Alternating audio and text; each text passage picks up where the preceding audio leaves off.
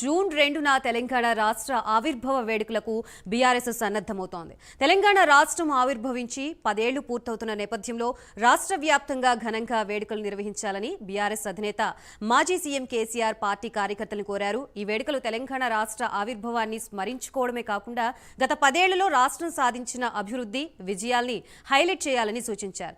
ప్రస్తుతం దీనికి సంబంధించి ఎటువంటి ఏర్పాట్లు చేస్తున్నారు అనే దానికి సంబంధించి కంప్లీట్ అప్డేట్స్ ఇవ్వడానికి మా ప్రతినిధి చందు లైవ్ ద్వారా సిద్ధంగా ఉన్నారు. చందు,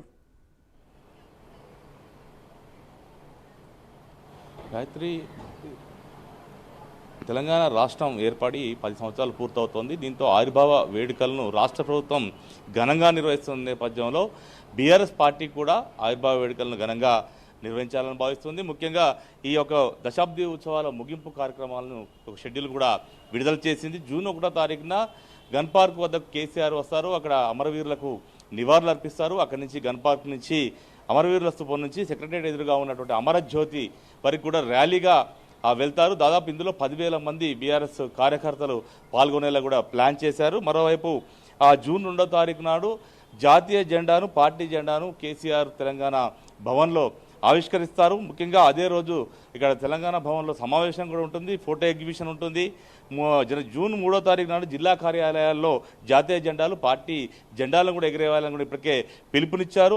రోజు ఆసుపత్రులు, అదేవిధంగా అనాథ శరణాలయాల్లో పండ్లు పంపిణీ చేయాలని చెప్పి కూడా నిర్ణయం తీసుకున్నారు. మొత్తంగా చూసినట్టయితే తెలంగాణ దశాబ్ది ముగింపు ఉత్సవాలను ఘనంగా నిర్వహించాలని బీఆర్ఎస్ పార్టీ భావిస్తూ ఉంది. ఎందుకంటే బీఆర్ఎస్ పార్టీ 10 ఏళ్ల పాటు తెలంగాణలో అధికారం చెలాయించింది. ఈ నేపథ్యంలో గతంలో కూడా ఆవిర్భావ వేడుకలను ఘనంగా బీఆర్ఎస్ పార్టీ నిర్వహించింది. ముఖ్యంగా గతంలో దశాబ్ది ఉత్సవాలు మొత్తం నిర్వహించింది అధికారంలో ఉండగా.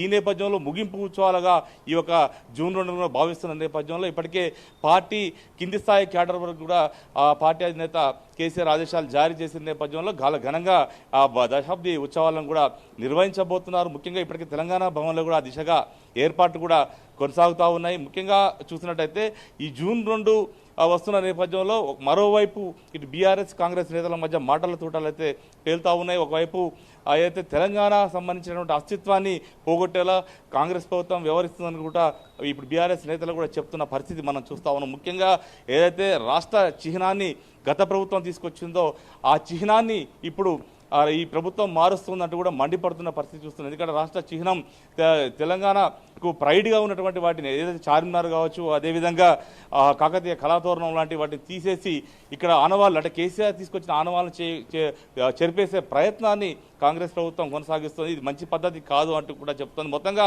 జూన్ 2 వస్తుంటే ఒకవైపు ఉత్సవాలు, ఒకవైపు మరోవైపు రాజకీయంగా రెండు పార్టీల మంటలు ఒకవైపు అయితే కొనసాగుతున్న పరిస్థితి అయితే మనకు కనిపిస్తూ ఉంది. ముఖ్యంగా రాష్ట్ర గీతానికి సంబంధించిన అంశంపైన కూడా పెద్ద దుమారం అయితే రేగుతుంది. ఒక బీఆర్ఎస్ పార్టీ నేరుగా ఆ అంశంపై మాట్లాడకపోయినా ఏదైతే బీఆర్ఎస్ సంబంధించినటువంటి కొంతమంది నేతలైతే ఆఫ్ ద రికార్డుగా మాట్లాడుతున్నారు. ముఖ్యంగా తెలంగాణలో కళాకారులు లేరా అంటూ కూడా మాట్లాడుతున్న పరిస్థితి కనిపిస్తుంది. ఇక్కడ కీరవానికి మీది డైరెక్షన్ ఇచ్చిన నేపథ్యంలో దీన్ని కూడా తప్పుపట్టే ప్రయత్నం చేస్తూ ఉన్నారు. ముఖ్యంగా అయితే డైరెక్ట్గా మాట్లాడకపోయినా ఇండైరెక్ట్గా అయితే ఆ అంశంపై పార్టీ సంబంధించిన నేతలు మాట్లాడుతున్న పరిస్థితి కనిపిస్తుంది. మొత్తంగా చూసినట్టయితే రాష్ట్ర చిహ్నానికి సంబంధించిన అంశంపైనే బీఆర్ఎస్ పార్టీ పెద్ద ఎత్తున ముందుకెళ్లాలి, ఆందోళన చేయాలని కూడా భావిస్తున్న పరిస్థితి. ముఖ్యంగా వరంగల్ వేదికగా ఒక సమరశంకరం పూరించాలని కూడా భావిస్తుంది. జూన్ 2వ తారీఖు నాడు